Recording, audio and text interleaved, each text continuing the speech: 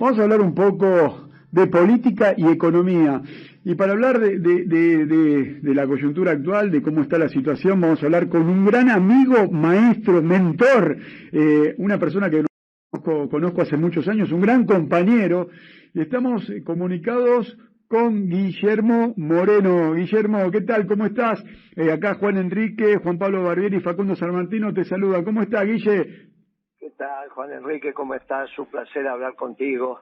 Estamos comunicados con Guillermo Moreno, candidato a presidente de Principios y Valores. ¿Sabés, Guille? Primero es un placer, para mí es un honor tenerte al aire. Quiero arrancar por lo que dijiste hace muy poco, que a mí me llegó, ¿no? Y tiene que ver, vos ocupaste ese lugar, la Secretaría de Comercio, y vos decías el otro día en el canal, en C5N, que la persona más importante que tiene hoy el gobierno es Matías Tombolini. Y yo me quedé pensando cuando vos decías eso, Guille, porque te conozco hace muchos años, he aprendido mucho con vos, hemos compartido la Comisión de Economía del Partido Justicialista. Me quedé pensando porque decía, ¿qué pasa? ¿La Secretaría de Comercio con poco hace mucho o le falta mucho por hacer? Porque uno ve la industria cómo está o ve los precios. ¿Por qué decís que la Secretaría de Comercio, Matías Tombolini, es la persona más importante? Porque tiene que garantizar el abastecimiento del mercado. El mercado es una palabra que se apropiaron los banqueros, pero se apropiaron y le dieron un significado que lo alejaron del pueblo. El mercado finalmente es cuando tu mamá te decía, acompáñame al mercado, y vos te traías la bolsa con 5 kilos de papa, 3 de cebolla, 2 de zanahoria, y tu vieja traía la bolsa con los productos más delicados, los huevos, el queso, la leche. Eso es el mercado. ¿Cuál es la importancia del mercado? Que somos un pueblo urbano. ¿Qué significa que seamos un pueblo urbano? Más del 95% de los argentinos viven en ciudades. Por lo tanto, si vos vivís en ciudades, sin mercado no sobrevivís. Te lo repito, claro, porque si no... Si vos vivís en una ciudad y no hay mercado, no podés sobrevivir. Porque no vas al fondo de tu casa y resolviste tu diaria. Cuando vos sos una economía de supervivencia, hay 3-4% de la Argentina que no necesita el mercado. Hoy se comen una víbora, mañana se comen... Bien. ¿Cuántos hay? Te digo 4% y estamos exagerando. El resto precisa el mercado. No, pero yo vivo en el campo. Precisas el mercado, precisas la electricidad, precisas el azúcar, precisas un montón de cosas que cada tanto vas al almacén de Ramos Generales con la chata, la cargas y te vas para el rancho. Ni hablemos los que vivimos en las urbes. Si el almacén, el supermercado, la despensa no tienen mercadería, vos estás en un problema muy grave. Ni hablemos si por falta de mercado abrís la canilla y no sale agua. Bien, porque el agua que vos tenés en el Río de la Plata no la podés tomar, ¿no? Hay todo un proceso que se hace en el mercado para que vos abras la canilla y salga agua. Muy complejo, desde las bombas que se atan el agua, las bombas que la suben a los tanques, la limpieza que se hable, que se hace con el agua, la potabilización. Y muchos de esos productos son importados, muchísimos son importados. Y ahí te vas entonces al insumo clave, que el insumo clave hoy se llama dólares. No mires al dólar como una moneda. No, claro. No, pero es una moneda. No, muchachito, es un insumo. Si vos te quedaste sin ese insumo, ese sí que es un insumo que estás... todas las cosas que vos en este momento tenés a tu alrededor, el dólar es el insumo clave.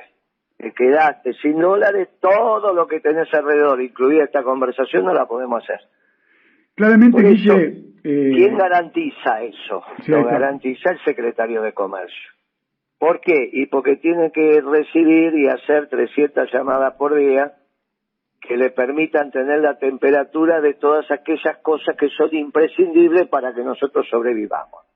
Por ejemplo, un rulemán de la máquina herramienta que te transforma la harina más otros insumos en fideos secos. Se te rompe un rulemán, se te paró la máquina y cómo hacer los fideos.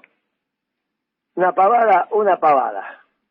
Pero resulta que esos rulemanes son a pedido. Entonces vos lo tenés que pedir, por ahí te lo cobran, viste, el 50% cuando haces el pedido anticipado y el 50% cuando despachan la mercadería. Si no están los dólares. Viste que hoy salió un comunicado de Flybondi que ya hay un par de aviones que no pueden volar. Sí, sí. Y si vos te tenías que ir a operar a Mendoza y tenías el turno, viste que hay una clínica muy importante. De ojos, sí, sí. Bueno, y si vos tenías el turno, y si ya lo habías pagado, suponete que la pagaste. No, mire, tenemos pago anticipado, tanto, vos lo pagaste y que perdiste el turno.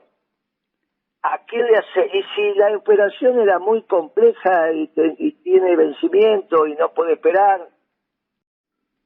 No, por eso, el problema del gobierno que no tiene idea de lo que está pasando. Mira, esto que nosotros estamos conversando y que es sentido común, ellos no lo hablan. Por eso uno se los tiene que decir. Ahora, uno cuando mira la fragilidad, porque la palabra es fragilidad, hay pocos dólares, y ¿sabés qué? El tema del momento, hoy salió un comunicado de ADEFA, ¿no? La industria automotriz, que bueno, dice que se ha fabricado en estos primeros 5 meses tanta cantidad de vehículos como en el año 2014, que no era el mejor año, pero por lo menos supera a lo que fueron los años del macrismo, ¿no? Por lo menos estamos un poquito mejor en términos industriales, y ahí uno dice, con tan pocos dólares, con fragilidad, es un poroto para la Secretaría de Comercio que generó esto, por lo menos, ¿no? En esta fragilidad, en el marco de la fragilidad, digo, es positivo. ¿Vos cómo lo ves? Mira, no sé si me quisiste decir 2014 o 2016. Yo lo que sé que 2014 dice el informe. Bueno, en el 13 tuvimos el récord. Llegamos casi a 1 millón de autos en el 13. Sí. ¿Está bien? O sea que ya el 14 entonces, después de la devaluación de Kicillof... Ya estaba frágil. Y bueno, estás tomando un año, viste cómo son las estadísticas. No tomás el 14. O sea, hace 10 años atrás estábamos en el doble de producción. Sí, claro, eso sí, eso me queda claro a mí. Lo que sucede es que en el marco de fragilidad, superar por lo menos el 2014 es positivo, porque después, 2015, 16, 17, sabemos, 18, lo que pasó en la industria, ¿no? Sabemos lo que pasó en términos industriales. Hoy, digo, por lo menos, estamos a niveles del 2014. Sabemos que en 2013 la industria automotriz, uno dice, bueno, la industria automotriz, Argentina tiene terminales y exporta vehículos. Por lo menos, yo digo, vamos en un sentido, y sobre todo administrando fragilidad. A eso me refiero, Guillermo.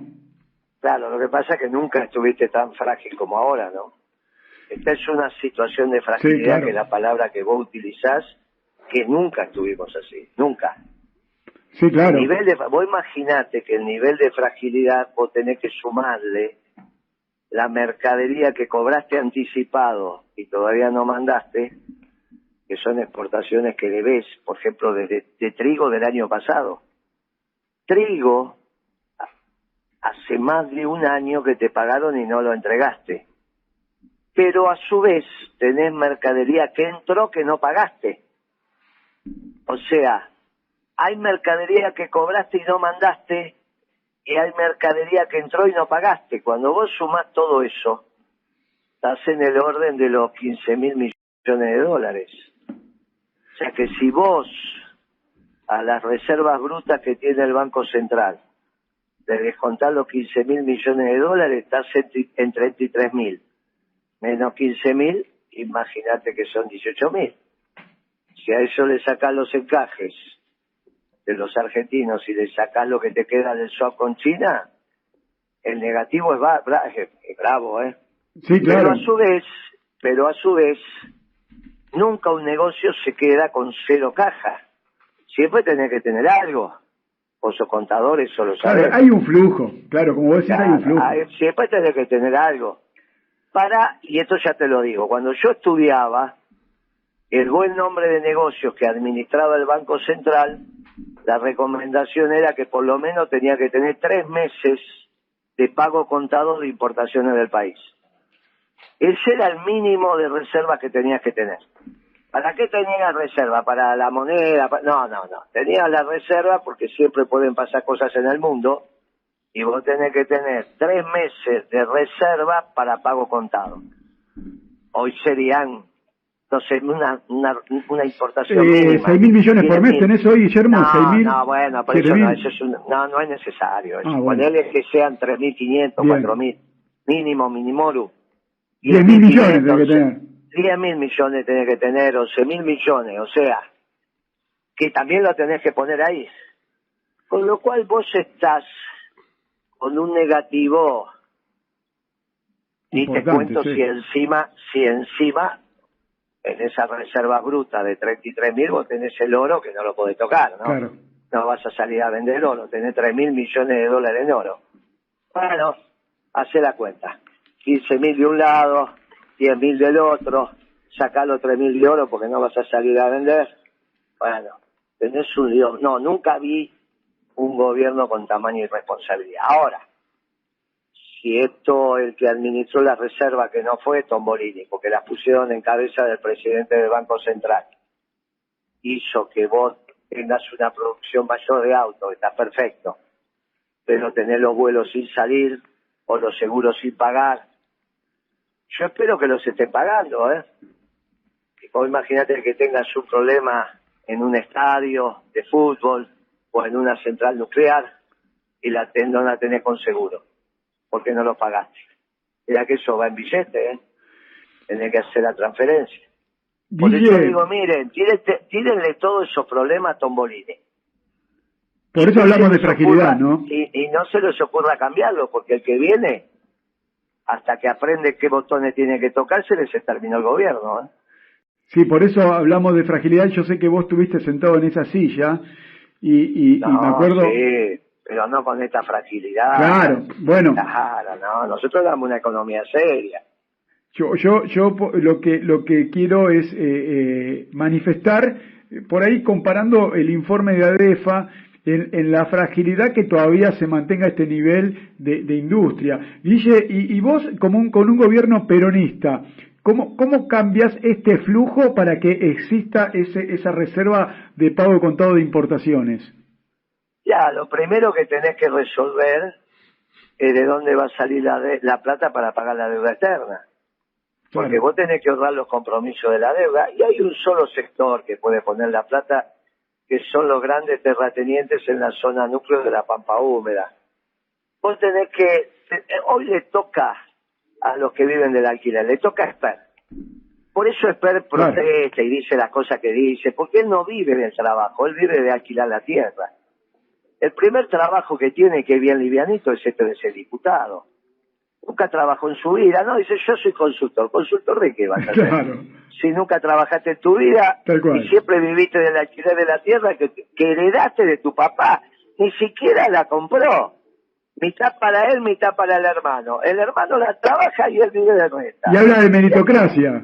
Mirá qué gauchito que es Esper. Y habla de meritocracia, si todos partimos al mismo lugar, ¿no?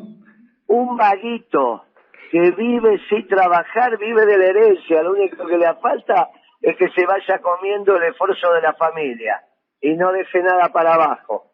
Bueno, de ahí tiene que salir la plata. Tenemos que bajar el costo del alquiler con una ley de arrendamiento, como tuvo siempre la Argentina. Le das un bono a 25 o 30 años por la diferencia, moneda dura, tasa de interés internacional, comercializable, de mercado secundario. Por los alquileres que cobran ahora y los que van a cobrar después, la diferencia, porque va a ir a la baja, rápidamente a la baja y de un importe importante, muy importante, sí, la baja del alquiler que van a tener los productores. Y con eso podés poner las retenciones en el lugar que corresponde, que necesita la economía. Y te haces de 8.000, 10.000 millones de dólares para honrar los compromisos externos. Con eso resolves el tema fiscal. A partir de que resolves el tema fiscal, ya no hay dominancia sobre el Banco Central, que tiene que estar emitiendo a los pavotes para financiar el déficit. Pero a su vez tenés otra ventaja, que es que inmediatamente bajaste el precio de los alimentos básicos de la población. Al bajar en términos proporcionales los alimentos básicos de la población, recupera poder adquisitivo. ¿Quién? El jubilado, el pensionado, el trabajador, porque ya compra los alimentos y le sobra plata. Y ahí viene el segundo hecho virtuoso. Con esa plata vos tenés una demanda atrasada. Los trabajadores tienen que comprarse camisas, zapatos, media, calzoncillo, tienen que reparar su casa, que hace años que no hacen un mantenimiento. ¿Esos productos van a ser importados o nacionales? Tienen que ser nacionales. Con lo cual, ese viaje a China que acaban de hacer, yo no los entiendo. ¿Cómo no saben que cuando vos arreglás con los chinos, lo que haces es perder tu industria? Si lo sabemos de la década de los 90, eso, donde llegan los chinos te quedás sin industria. Si vos te quedás sin industria, te quedás sin trabajo. ¿Qué Argentina tienen en la cabeza Massa y Cristina? Sacalo a Alberto Fernández porque ya... Cristina hace un mensaje el 25 de mayo que quiere recuperar la industria. E inmediatamente lo manda el hijo a China, cuando todos sabemos que los chinos lo que hacen es destruir tu industria. Y te quedas sin trabajo. Está bueno, Guille, a ver si entre vos y yo le podemos buscar una explicación, ¿no? Porque vos, como yo, sabemos que la energía, el gas es industria. Claro. La energía es industria, ¿no? Tanto Brasil como China son importadores de gas, son en este caso importadores de energía porque hacen industria. ¿Podemos pensar que en la coyuntura podemos solucionar la cuestión externa, el déficit externo que tenemos, exportando energía y en el mediano plazo que esa energía quede acá para desarrollar la industria nacional? ¿Podemos pensar en eso? Porque yo me quiero poner en la cabeza de buscarle una solución, porque hoy tenemos el problema de esta fragilidad de dólares. Pero amigo, el tema externo ya te lo solucioné, con lo que te conté antes. Claro, pero eso no está pasando en la Argentina. Yo digo, me pongo en la cabeza del hacedor de la política. Pero entonces, ¿por qué querés entregar tu ventaja competitiva? ¿Porque no sos patriota? Guille, puede ser un tema político no enfrentar al poderoso, porque enfrentar al campo es un tema político tal vez. ¿Estamos en manos de unos vendepatrias? ¿Vos qué me querés decir, que Cristina no es patriota? No, digo, por ahí un tema político, falta de voluntad o falta de poder para enfrentar al sector poderoso. No, pero lo que pasa es que un gobierno no se tiene que hacer el guapo con los débiles. Y débiles con los poderosos, no, pero así no hicimos la década ganada. Claro, está bien. No. Yo el tema externo ya te lo resolví, sale una ley y ya está.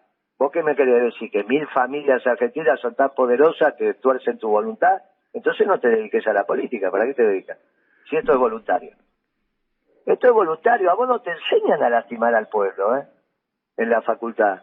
A vos no te enseñaron y a mí tampoco. No, claro. Eso después lo aprendes solo, No es que a vos vas a hacer, lastimemos al pueblo 1 y vos tenés que sacarte 10 en la materia. No, ningún profesor te enseña para lastimar a los humildes, Entonces, yo ya te resolví el problema externo. En todo caso, el que no te da una solución para el problema externo, vos le tenés que plantear eso, no a mí. Porque yo ya te dije de dónde sale la plata, de la zona núcleo de la pampa húmeda, de los que arriendan la tierra, o sea, de los dueños de la tierra, no de los productores, no de los contratistas, no de los trabajadores, de la sociedad rural. Ahora, si le tienen miedo a la sociedad rural, que se dediquen a otra cosa. Sí, yo no les tengo miedo, Yo no les tengo miedo. Soy candidato a presidente, no les tengo miedo. Sí, bueno, no les tengo miedo a ellos, no les tengo miedo a los muchachos del Paco que están en Nordelta, porque vos, como yo, sabemos que ahí arranca la cosa. Sí, claro. No en la Villa 1-11-14, ¿no? Arranca en Nordelta. Ahora, si Patricia Bullrich lo que le gusta es disfrazarse de gendarme, ir a la villa porque piensa que con eso ahí, no sé, bueno, será muy efectista, pero no soluciona el problema. Vos solucionás el problema del Paco yendo a Nordelta, porque vos sabés que están todos concentraditos ahí. No digo que todo Nordelta se vive del Paco, estoy diciendo, los muchachos... La ruta del dinero, la ruta del dinero, Guille. La ruta del dinero, claro. No, ¿qué es la ruta del dinero? La ruta de la tranza del Paco. Ahí están los muchachos del Paco. Claro. Ahí están los grandes. Claro, los grandes, a eso me refiero con la ruta del dinero, claro. No, pero ¿qué ruta del dinero? Esa es la vuelta. Yo te estoy donde se hablando de la blanquea. ida. Donde se blanquea, digamos, también. No, querido, no. Yo te estoy diciendo donde se produce. Apa, eso lo desconozco. No, vos lo desconocés, pero yo te digo... No digo que no sea verdad, digo que yo no lo he visto, por eso. Si investigás un poquito, ¿sabes? ¿Dónde estaba la esposa de Gaviria, de Escobar Gaviria? ¿Dónde vivía? Vivían ahí, sí, es verdad, vivían ahí. ¿Viste que investigás un poquitito? Sí, y sí. que de casualidad se fue a vivir ahí, justo agarró el prospecto que le mandó el que desarrolló Nordelta. Justo el que se dedica al arte. Justo, claro, el arte, el arte tiene que ver con eso. Sí, no tiene un museo que se dedica al arte. Sí, justo, sí, es verdad. Generalmente el blanqueo y el traslado tiene que ver con eso. No digo, yo no puedo acusar a nadie porque no tengo pruebas, pero bueno, sé que es así. Pero si no estás acusando a nadie. No, digo, sé que es así, sí, yo sé que tenés razón, sé que es así. Pero mirá qué casualidad. Hacemos Nordelta. Ahí están los muchachos del Paco y a su vez yo me dedico a administrar un museo, a crear un museo de obras de arte. Que nunca sabemos, vos no vas a hacer el costo de una obra de arte, ¿no? Para saber cuál es la tasa de ganancia, ¿no? Vos sos contador, esto lo sabés. Sí. Y de hecho, hace poquito la Administración Federal de Ingresos Públicos detectó que se fueron de la República Argentina 5.000 millones de dólares en obras de arte Van Gogh que quedaron como exportaciones temporarias y no volvieron más. Lo detectó la Administración Federal, que tiene que ver, soy seguro que tiene que ver con lo que vos estás diciendo ahora. Pero claro, pero si esto lo sabemos todos. Lo único que tenemos que hacer es poner las piezas de rompecabezas donde van. Y esto se resuelve sin lastimar al pueblo. Ni Patricia Bullrich, ni Esper, ni Larreta, ni López Murphy no sé, porque es una persona que yo valoro. Valoro su honestidad intelectual. Puedo no estar de acuerdo con él, pero valoro su honestidad intelectual. Él me dijo una vez a mí, yo no soy irigoyenista, yo soy alvearista. Y le digo, bueno, al fin alguien que se planta ante la sociedad diciendo lo que es. Y está bien, a mí me parece que esa honestidad intelectual hay que valorarla. Por eso a López Murphy lo dejo aparte de este tema. Pero a Patricia Bullrich, a Larreta, a Esper, ¿no? Porque ellos lo saben tanto como yo, si leemos los mismos diarios, tenemos las mismas reuniones, estudiamos las mismas facultades, o parecidas. O sea, yo me entero y ellos no, o se hacen los tontos. O no hablan con nadie. Vamos, che. Guille, ¿sabés que me quedo con el tema? Vos me estás solucionando el sector externo, pero vos pensás que no van a gritar estos muchachos, los dueños de La Pampa. Que griten, son 1000.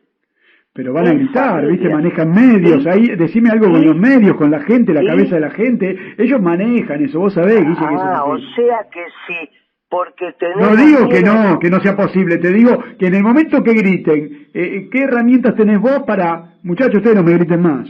¿Cómo? ¿Y con las que tuvimos la década ganada? Si no, bueno, vos repasarlas. Y era muy fácil.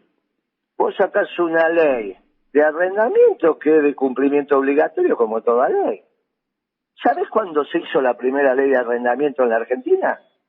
No, ¿qué año fue? En el grito de Alcorta, principio del siglo XX. Principio del siglo XX. Más, ahora tenés una ley de arrendamiento, ¿no se aplica? Mira, comparto con vos esto, ¿sabés por qué? Recién repasaba en una editorial que hice la ley de enfiteusis de allá de Rivadavia, que tuvo que ver con esto. 538 familias se repartieron 8,5 millones de hectáreas de la zona más rica de la República Argentina, son los Anchorena, los Bécaro Varela, que hoy hablan de meritocracia. Por eso comparto todo lo que estás diciendo. Eso vino después de Caseros, ¿eh? No, porque ahí también tenemos que revisar. Claro, yo no tengo problema con la aristocracia, ¿eh? Mi problema es la oligarquía. ¿Sabe cuál es la diferencia entre aristocracia y oligarquía? Que la aristocracia puede ser un gobierno de pocos, pero piensan en el bien común. En cambio, la oligarquía es un gobierno de pocos que solo piensan en ello. Mi Santa Iglesia Pero se mezclan, Guille, lo mismo que en Nordelta. En Nordelta mezclas el que hace Paco con el empresario y se creen que son lo mismo. Bueno, hay que solucionar. El oligarca es un problema, porque en realidad solo piensa en sus intereses. Te iba a decir, al Papa no lo elegiste vos. Es un gobierno aristocrático, lo eligieron algunos, Sí. el colegio cardenalicio. Pero el Papa piensa en el bien común. Entonces vos querés tener un gobierno aristocrático, bueno, discutámoslo. Lo que no se puede tener es un gobierno que no piense en el bien común. Y esta es una diferencia abismal.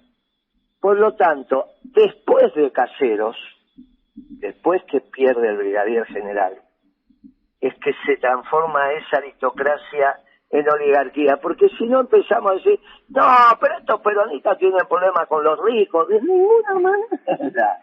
Si yo soy defensor de la propiedad privada y soy defensor de la acumulación de capital, tanto Sí, claro, en las personas físicas como en las personas jurídicas. Lo que me molesta es que se miren el ombligo, o que destruyan la sociedad comercializando Paco, que hacen millonarios destruyendo la cabeza de los pibes y ahora te matan por un par de zapatillas. Eso no va, pero tampoco va que me cobre los alimentos a precio internacional porque la mitad de la producción te la llevas en concepto de alquiler. Ese es el sistema feudal. ahí está el tema, ahí está. Muy bien, eso se llama sociedad rural. Sacas una ley y la ley es para todos. Ahora, si vos tenés miedo le tenés miedo a la sociedad rural, es muy fácil, no te dediques a la política. Si Patricia Bullrich tiene miedo, o Larreta tiene miedo, o Alberto Fernández tuvo miedo, que no se dedique. Si la patria no lo hacen hombres que no sean de coraje, hombres y mujeres estamos hablando. Estamos hablando... La construcción de una Sí. patria es para hombres de coraje. Claro. Por eso, el coraje está muy directamente relacionado, estrechamente relacionado con la trascendencia en la vida. Si vos pensás que porque te matan se terminó todo lo tuyo, bueno, cuidarás tu vida. Pero si vos sos hombre de misa semanal, dice el que cuida su vida la perderá, el que entrega su vida la ganará. Entonces, esto es el peronismo. Por eso me enojé alguna vez cuando alguien dijo no pongo la mano en el fuego por nadie. Declaración de Cristina ese día, caramba, ¿cómo no ponemos la mano en el fuego por nadie? Me lo hubiese dicho el día que me ofreció seguir en el cargo y sabe cómo me daba la vuelta y me iba. Si esto es un proyecto colectivo, no son proyectos individuales. La patria no se hace con proyectos individuales. Sí, te entiendo. Ahora, ese esfuerzo patriótico de la sociedad rural va a ser recompensado. Y tienen la posibilidad de dejar de ser oligarcas y ser aristócratas. Si nadie les molesta, no nos molesta a nosotros. Ahora, lo que no tiene sentido es que la leche está cara porque vos te llevas la mitad de la producción. El concepto de alquiler. Entonces, el tipo que trabaja con la mitad tiene que pagar tu mitad. Mira qué gauchito. Pero mira qué gauchito. Ese se llama sistema feudal, no capitalismo. El peronismo es capitalista. Es el capitalismo moderno, con una distribución justa del ingreso, como corresponde. Los marxistas atentan contra el derecho de propiedad. Nosotros los peronistas no atentamos contra el derecho de propiedad. No tenemos ningún problema con el derecho de propiedad. Entonces, ahora, lo que no puede ser que ese derecho de propiedad hace que la mitad de la población sea pobre, porque eso no es justo. Eso no es justo, de ninguna manera, eso no es justo. Por eso somos justicialistas, para que tengamos una justa distribución del ingreso, y la injusta distribución del ingreso comienza con el precio de los alimentos. Por eso en la década ganada, vos comías y no te pasaba nada, no tenías que sacar un crédito, no pagabas la comida en cuotas. ¿Está bien? Bueno, hay que volver a ese momento. Estamos hablando con Guillermo Moreno, precandidato a presidente por Principios y Valores. Guille, a eso quiero hacer referencia. Vos recién hablabas, bueno, de legislar legislar algo para la renta, legislar.